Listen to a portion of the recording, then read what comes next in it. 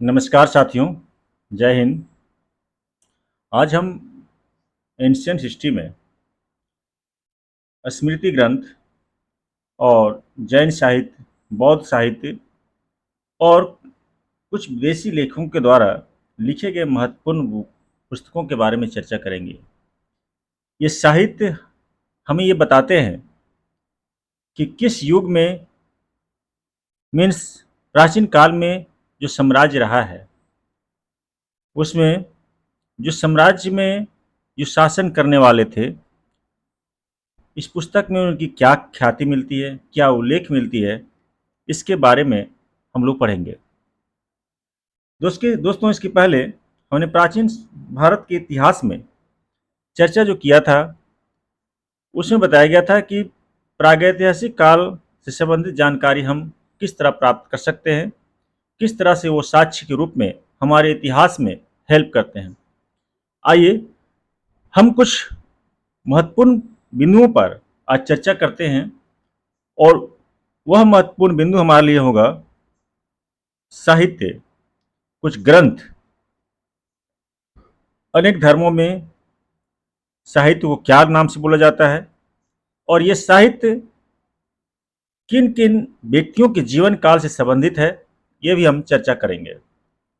सबसे पहले हम देखते हैं, यहाँ पर है हमारे सामने जो है स्मृति ग्रंथ। स्मृति ग्रंथों में सबसे प्राचीन एवं प्रमाणिक मनुस्मृति मानी जाती है। यह शुंग काल का मानक ग्रंथ है। स्मृति जो है, स्मृति ग्रंथ क्या है? शुंग काल का मानक ग्रंथ है, जिसमें नारद स्मृति जो है ये गुप्त युग के बारे में जानकारी प्रदान करता है।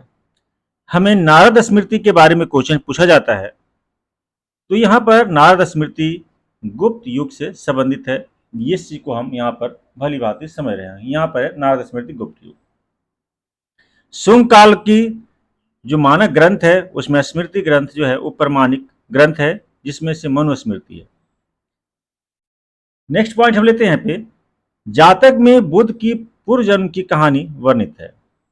पूछा जाता है कि किसमें बुद्ध की पूर्व जन्म की कहानी वर्णित है। दोस्तों, यहाँ पर बताना चाहेंगे कि जातक एक ऐसा ग्रंथ है जिसमें पूर्व जन्म बुद्ध के बारे में बताया जाता है। हिनयान का प्रमुख ग्रंथ कौन सा है? वो है कथावस्तु, जिसमें महात्मा बुद्ध का जीवन चरित्र अनेक कथानकों के साथ वर्णित है। नेक्स्ट है जैन साहित्य। जैन साहित्य को आगम कहा जाता है। बहुत इंपॉर्टेंट है, जैन साहित्य को क्या कहा जाता है? आगम कहा जाता है। जैन धर्म का प्रारंभिक इतिहास कहाँ से शुरू होता है? कल्पसूत्र से शुरू होता है। जैन ग्रंथ जो है, जैन ग्रंथ भगवती सूत्र में महावीर के जीवन कृतियों और अन्य समकालिकों के साथ उनके संबंधों का विवरण मिलता है। ये बहुत इंपॉर्टेंट हो जाता है कि महावीर का जो जीवन काल के बारे में जानकारी मिलती है, वो है भगवती सूत्र। उसके बारे में नेक्स्ट जो हमारे पास इंपॉर्टेंट बुक है वो है अर्थशास्त्र। हम लोग बड़ी बात जानते हैं कि अर्थशास्त्र जो लिखा गया है वो चाणक्य का उपनाम या दूसरा नाम कौटिल्य या विष्णुगुप्त है। यह बुक जो है अर्थशास्त्र 15 अधिकरणों में, कभी कभी क्वेश्चन पूछा जाता है कितने अधिकरणों में अर्थशास्त्र जो चाणक्य के द्वारा लिखा गया है वो बटा हुआ है, तो 15 अधिकरण है। 180 प्रकरणों में विभाजित है। इससे मौर्यकालीन इतिहास की जानकारी प्राप्त होती है। यहाँ पे इंपॉर्टेंट हो जाता है कि मौर्य काल की जानकारी किससे प्राप्त होती है यहाँ पर? तो अर्थशास्त्र जो चाणक्य के द्वारा लिखा गया है। इसी तरह से संस्कृत साहित्य में जो ऐतिहासिक घटनाओं को क्रमबद्ध लिखने का सर्वप्रथम प्रयास, संस्कृत साहित्य में ऐतिहासिक, संस्कृत साहित्य में देखिए यहाँ पर है सबसे इम्पोर्टेंट, संस्कृत साहित्य में सबसे पहले जो क्रमबद्ध लिखने का प्रयास किया गया है, वह प्रयास कौन सा है? कलहन के द्वारा किया गया है। और कलहन के द्वारा जो रचित पुस्तक है वो कौन सा है? राजतरंगिणी है। यहाँ पे आपको लिंक करना है कलहन राजतरंगिणी, जिसका संबंध कहाँ से है? कश्मीर के इतिहास से। ये भी काफी इंपॉर्टेंट, राजतरंगिणी किससे संबंधित है? तो कश्मीर के इतिहास से। या फिर कलहन के द्वारा जो बुक राजतरंगिणी लिखा गया है उसका इतिहास उससे संबंधित है? किसका? कश्मीर के इतिहास से संबंधित है। अरबों की सिंध विजय का वृत्तांत इसमें लिखा गया चचनामा, और चचनामा का लेखक है अली अहमद। ये काफी इंपॉर्टेंट हो जाता है यहाँ पे। नेक्स्ट यहाँ पे देखेंगे अष्टध्यायी। अष्टध्यायी जो बुक है वो संस्कृत भाषा की प्रथम पुस्तक, और ये व्याकरण, संस्कृत भाषा व्याकरण की प्रथम पुस्तक है। लेखक इनके पाणिनि हैं। अष्टध्यायी पाणिनि आपको याद रखना है। इससे मौर्य के पहले के इतिहास तथा मौर्य युगीन राजनीतिक अवस्था की जानकारी प्राप्त होती है। नेक्स्ट है कात्यायन। कात्यायन की जो है गार्गी संहिता एक ज्योतिष ग्रंथ है। गार्गी संहिता क्या है? ज्योतिष ग्रंथ है। यहाँ पे इसको आप ऐसे याद रखेंगे। फिर भी इसमें भारत पर होने वाले यवन आक्रमण का भी उल्लेख मिलता है। नेक्स्ट हमारे पास है पतंजलि का जो है, पतंजलि जो है पुष्यमित्र शुंग के पुरोहित है। कई बार क्वेश्चन पूछा गया है कि पतंजलि किनके पुरोहित थे, तो पुष्यमित्र शुंग के थे। इनके महाभाष्य से शुंगों के इतिहास के भी पता चलता है। ये हमारे भारत के लेखों के बारे में जो महान लेखक हैं, जो प्राचीन काल में इन्होंने पुस्तक की रचना की है, उसके द्वारा लिखा गया। अब हम लोग देखेंगे कि विदेश यात्रियों, जो विदेशी द्वारा जो पुस्तक लिखे गए हैं, उनके भारत के संबंध में क्या क्या जानकारी प्राप्त होती है। चलिए, सबसे पहले हमारे पास है यूनानी रोमन लेखक टेरियस। यह यूनान का राजवैद्य था। टेरियस कहाँ का था? यूनान का राजवैद्य था। भारत के संबंध में इसका विवरण आश्चर्यजनक कहानियों से परिपूर्ण होने का अविश्वसनीय है। यहाँ पर है हेरोडेटस। ये हेरोडोटस नहीं है, हेरोडोटस। हेरोडोटस इसे इतिहास का पिता कहा जाता है। इसने अपनी पुस्तक हिस्टोरिका में 5वीं शताब्दी ईसा पूर्व के भारत फारस के संबंध का वर्णन किया है, परंतु इसका विवरण भी अनुभूतियों अफवाहों पर आधारित है। नेक्स्ट यहाँ पर देखेंगे सिकंदर के साथ आने वाला जो लेखक है, आने वाले लेखकों में हम लोग देखेंगे कौन कौन है सिकंदर के साथ। नियार्कस, ओनेसिक्रेटस और आस्ट्रोबुलस। क्वेश्चन पूछा जाता है कि आस्ट्रोबुलस किस महान शासक के साथ भारत आया था, तो सिकंदर महान के साथ। मेगास्थनीज के बारे में भी पूछा जाता है कि सेल्यूकस निकेटर के राजदूत था किसके। ये भी क्वेश्चन पूछा जाता है, कई एग्जाम से पूछे गए हैं कि ये मेगास्थनीज जो है किसके राजदूत था, जो चंद्रगुप्त मौर्य के दरबार में आया था। इसने अपनी पुस्तक इंडिका में मौर्य युगीन समाज एवं संस्कृति के बारे में वर्णन किया है। नेक्स्ट हमारे पास जो टॉपिक है वो है डायमेकस का या सीरियन नरेश अंतियोकस का राजदूत था, जो बिंदुसार के राज दरबार में आया था। इसके विवरण भी मौर्य युग से संबंधित है। डायनोसियस क्या है? यह मिस्र नरेश टॉलमी फिलडेल्फस का राजदूत था, जो अशोक के राज दरबार में आया था। टॉलमीस ने 2री शताब्दी में भारत का भूगोल नामक लिखी है। दोस्तों, नेक्स्ट पॉइंट हमारे पास है कि प्लिनीस ने प्रथम शताब्दी में नेचुरल हिस्ट्री नामक पुस्तक लिखा।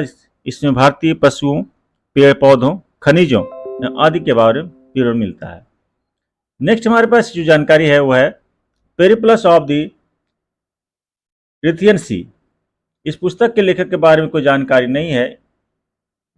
यह लेखक करीब 80 ईस्वी में हिंद महासागर की यात्रा पर आया था। इसने उस समय भारत के बंदरगाहों के बारे में जानकारी दिया है। अब यहाँ पे आता है विदेशी लेखकों में चीनी लेखक। ये चीनी जो लेखक हैं, सबसे पहले फाहियान। यह चीनी यात्री गुप्त नरेश चंद्रगुप्त द्वितीय के दरबार में आया था। यहाँ पे आप पूछा जाता है कि ये चंद्रगुप्त द्वितीय के समय में कौन चीनी यात्री आए थे, तो चीनी यात्री हुए थे फाहियान थे। इसने अपने इस विवरण में मध्य प्रदेश के समाज एवं संस्कृति के बारे में वर्णन किया है। मध्य प्रदेश के बारे में इसने मध्य प्रदेश की जनता को सुखी एवं समृद्ध बताया है। संगयुन या 528 ईस्वी में भारत आया था। इसने अपने 3 वर्षों की यात्रा में बौद्ध धर्म की प्राप्तियां एकत्रित की थी। उसके बाद आता है ह्वेनसांग। ह्वेनसांग जो है यह हर्षवर्धन के शासनकाल में भारत आया था। ह्वेनसांग 629 ईस्वी में चीन से भारतवर्ष के लिए प्रस्थान किया था और लगभग 1 वर्ष की यात्रा के बाद सर्वप्रथम वह भारतीय राज कपिसा में पहुंचा था। भारत में 15 वर्षों तक इन्हें ठहरकर 645 ईस्वी में चीन लौट गया। वह बिहार में नालंदा जिला स्थित नालंदा विश्वविद्यालय में अध्ययन करने एवं भारत के बौद्ध ग्रंथों को एकत्र कर ले जाने के लिए आया था। इसका भ्रमण वृत्तांत सीयूकी, ये देखिए इंपॉर्टेंट, सीयूकी में वर्णन मिलता है। सीयूकी ह्वेनसांग के बारे में, जिसमें 138 देशों का विवरण मिलता है। इसने हर्षकालीन समाज, धर्म तथा राजनीति के बारे में वर्णन किया है। इसके अनुसार सिंध का राजा शूद्र था। यहाँ पे हम लोग एक नोट में नोट कर लेंगे कि वेनसांग के अध्ययन के समय नालंदा विश्वविद्यालय के कुलपति कौन थे? शिलभद्र थे।